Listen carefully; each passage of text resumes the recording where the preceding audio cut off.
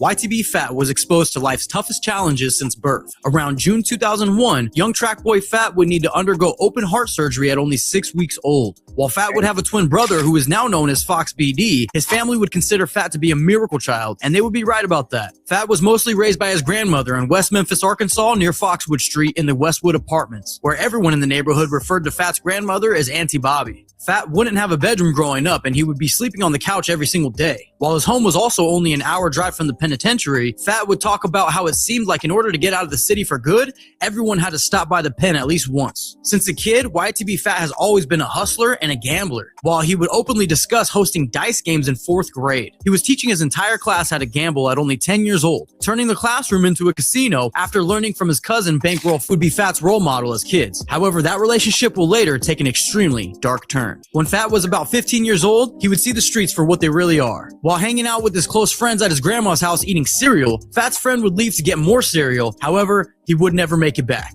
After losing his friend, Fat said life was hard at that time and he would find himself hitting the floor 3 times a day to grieve, but still had to make it down to the dice game in order to make a living. Then, a year later, Fat and his cousin CB would be at his grandma's house when CB would ask Fat for some money to go to the store. Fat would not only give him the $10, but he would say he didn't want it back. Unfortunately, that day, CB wouldn't make it back from the store. If that wasn't bad enough, only a year after that incident, Fat would lose someone close to him yet again. And not to mention, this incident would also occur at his grandma's house. Dang, that's twice at grandma's house, bro. It's crazy. You where Fat was living and sleeping on the couch. Fat and his cousins would all be living under this roof together, and Fat was trying to resolve some issues between the two of them, but it wasn't going as planned. As soon as Fat turned his back, he would hear shots fired, only to see his cousin lying on the ground and his family start to panic. When Fat would run to help his fallen cousin, he would look up to realize that the shooter was his role model growing up, Frankie. While Fat was in disbelief and covered in blood, he would try to make out his cousin's last words as his cousin would fall lifeless in his arms. Now, since Fat had been surrounded by violence, it's important that we point out that his... So the person you looked up to killed your cousin when you turned your back. That is crazy, bro. Cold game. Escape would eventually be music. It turns out that his brother Lil Cam would be the one to get him into music. After trying his hand at doing skits and even making up dances throughout his teen years, by the time he was 18, Fat was starting to see some success with his music, dropping the Punch series, which included 3 parts. On Punch 345, Fat would establish himself as a ladies' man with lyrics saying, "I'm taking every girl, you can call me Fat Usher." Bitch, you can't plug a fat boy cause he the plugger. I'm taking every nigga bitch that I see, you can call me Fat Usher, yeah. It is important to note that he was also going by the name Fat Boy at the time. You can call me, you can't plug a lyrics saying, "I'm taking every girl, you can call me Fat Usher." Bitch, you can't plug a fat boy cause he the plugger. I'm taking every nigga bitch that I see, you can call me Fat Usher, yeah. It is important to note that he was also going by the name Fat Boy at the time. Even though Fat does like to flex at times, he would always remain humble. Even after starting a fan base at school, people would ask him how much a feature would be, and he would only charge them $35. You can also see here what I believe is his first music video, titled Hoes Wicked, featuring his brother Lil Cam. Their buzz would make so much noise throughout the city that local channels like Mid-South Media would reach out to get an interview early in Fat's career. In this interview, we could see a raw version of a young Fat as he tells the audience that he's a known member of the GDs and that he has been in over 20 shootouts. Man, I swear to God, I ain't even lying. Like, I probably been in like 20-something shootouts or something. Yeah, 20-something shootouts. Come through soon, they had... Not to mention, he would also walk us through the scene where his friend Zay was gunned. Yeah, probably been in like 20-something shootouts or something. Yeah. Niggas just come through soon, they had... Not to mention, he would also walk us through the scene where his friend Zay was gunned down on the side of his grandmother's house. Shot like, he got hit in the back of the leg. They was saying all type of shit, man. Yeah. Niggas really don't know real.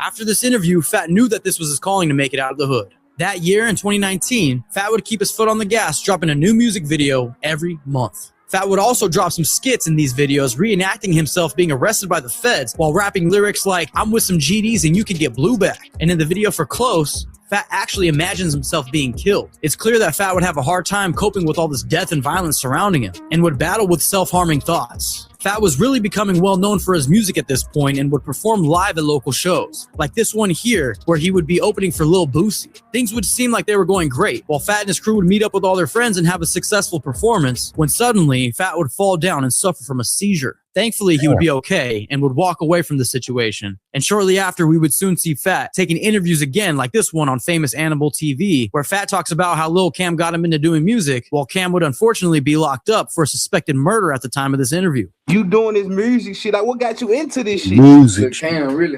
I was the first nigga he got on the song with this shit. This shit, his ass on the murder right now and shit. This shit. Cam.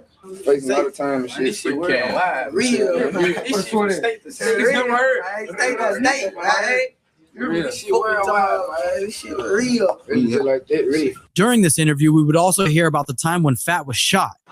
I mean, everybody Nick can't really been shot someone, shot it or shot. Hold on. The next street over, like over there and shit. Yeah. Nigga hit me with my back with turn shit. Like this shit really, shit was hot in the motherfucker over. Man, fuck all that other shit. Damn, so like it actually be a lot of beef shit going down over here. Oh, yeah. And coincidentally, during the interview, YTB looks as if they were going to have a shootout mid-interview. Clearly, Fat is accustomed to dealing with trauma on a daily basis. And if getting shot and losing his friends to the street wasn't bad enough, soon Fat would receive devastating news. His house, with all of his belongings, would be burnt down in a house fire, causing Fat and his family to not only be broke, but now homeless without any possessions. However, let's not forget who we are talking about here. This is YTB Fat, the biggest hustler in West Memphis. And just as you would expect, Fat would come up with a plan to make some fast money, considering he did have a pound of weed that was burned down in the house. After losing his re-up, he was advised by his friend, Clutch Frenchie, to take a stab at selling juice. No, I'm not talking about cough syrup either. I mean actual juice with his own branding. As crazy as it sounds, it would work. Well, Fat would rake in $6K in sales in the first week of business at $5 a bottle. After making this major comeback, Fat would hit the ground running, dropping 8 music videos back to back, amounting in over 10 million views, including this one video where he is seen wearing a MAGA hat, and there was also this song Twin Towers that he dropped on, well, 9/11. This streak would have Fat getting recognized everywhere he went, and with the love would come a lot of hate as well. Now at this point, Fat has dealt with all kinds of violence and death, but soon he would get word that his auntie was gunned down.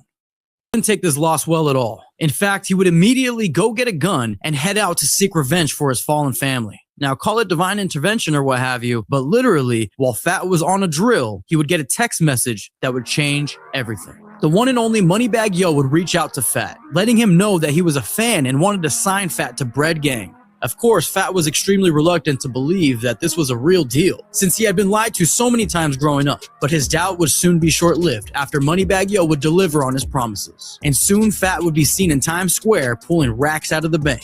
Shortly after, Moneybagg Yo would seal the deal with a company dinner and announce YTB Fat as the newest artist on Bread Gang, the label. YTB Fat's life would entirely change that day after receiving that text message. And everybody would see these rewards soon when Fat would be seen on IG with a full bust-down grill and chain. If you think that Fat would take his foot off the gas though, you would be terribly wrong. Fat would go on to drop a few more singles, however most notably would be Shot Off Gumbo, featuring Fat Wizza and Moneybagg Yo, sitting at a solid 17 million views to date, and also Get Back, which sits at over 26 million views to date. It was fair to say that Fat had officially made it to the big leagues. And to solidify that, Lil Durk would be seen on IG singing the lyrics to Get Back. Fat would take all of this clout and go on a press run, doing interviews with DGB Media, On the Radar, and the one that really put him in front of a lot of eyes was his interview with $1 Million Worth of Game, while Fat and Moneybagg Yo would be getting interviewed on a private jet. It is in this interview we get to see the reasons why Moneybagg wanted to take a chance on Fat.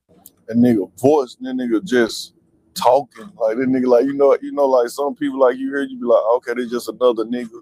I ain't never heard this shit. As soon as I heard this shit, my big brother, you know what I'm saying? Shout out Joe, he played that shit for him. I'm like, who the fuck is that? Where he at? I'm ready to go to West Memphis and everything. I go pick this nigga up. You ready to go back down the way? Yeah, I'm ready to go back down the way. But shit, he kind of flew on to Miami. Shit, the rest was history. Made it happen. That's the video. Then we did the video you saw, signed them, broke that bag out for him, gave him 4-5 chains. You know what I'm saying? Like, he would also share that Fat would always show Moneybagg the death threats he would receive and would have to fight the temptation to go back and spin the block. You know, he got real smoke in the city, like same shit. Like he in the tour with the whole city, in the city like this big. You know what I'm saying? The city this big. Nigga in the tour with the whole city, so he's sending me Facebook videos, a screenshot, niggas talking about Fat this ain't fat your nigga out, niggas down and da. Man, don't let fuck that shit, bro. Like, we ain't on it. Moneybagg would continue to fulfill his promise to Fat by putting him on his new album, Hard to Love, on which Fat would feature on a track along with Lil Durk, titled Rock Out, and would also put him on his larger-than-life nationwide tour. It is fair to say that he Moneybagg was Yo with came in at the my right fan time to Ricky, make I a guess so. positive change in YTB Fat's life.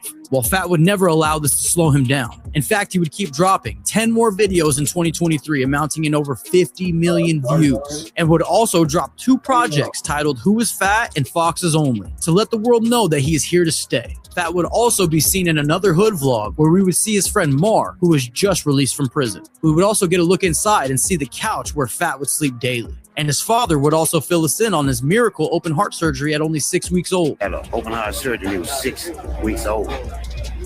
And to see him now to come to who he is, it's a blessing. Now, I wish I could say that Fat's mainstream exposure was all good, because there was some major drawbacks as well. For example, friends were starting to switch up on Fat, and on top of that, Fat would also accuse Playboy Carti and Travis Scott for stealing his flow on their new song Theme. He would take to IG to post his grievances, saying that he received over 500 messages from fans making these claims. I don't believe that Carti or Travis would respond, however, this controversy would still benefit Fat's growth. By 2024, Fat was practically a household name with millions of views, a mainstream cosign, and a nationwide tour. YTB Fat has officially made it to the big leagues, and somehow Fat would always remain humble, and in fact would continue to stay sober throughout all of this mess, dropping another 15 music videos garnering over 60 million views, including the song titled Conspiracy V2 featuring Lil Durk, which this song alone has 20 million views.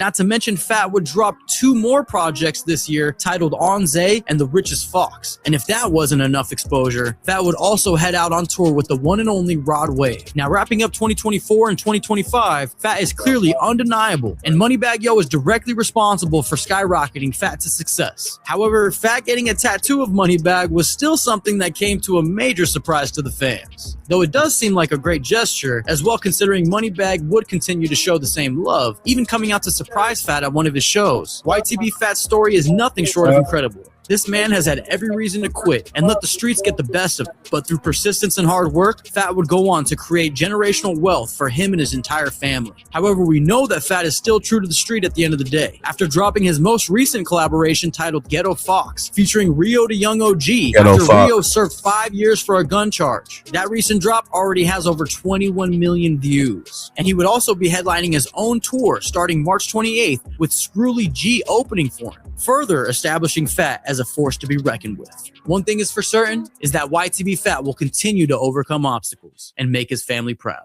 Thanks for watching. Don't forget to subscribe, and I'll see you in the next video. That was crazy, y'all. What y'all think about that?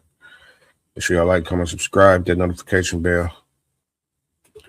That was crazy. Well, that's YTB Fat, man. The warrior in Memphis, man. He said he into it with the whole city. How you into it with the whole city? Yeah, it's crazy. Yeah. Never heard nobody into it with the whole city, east side of the damn city. Hey, man. I'm out. Peace.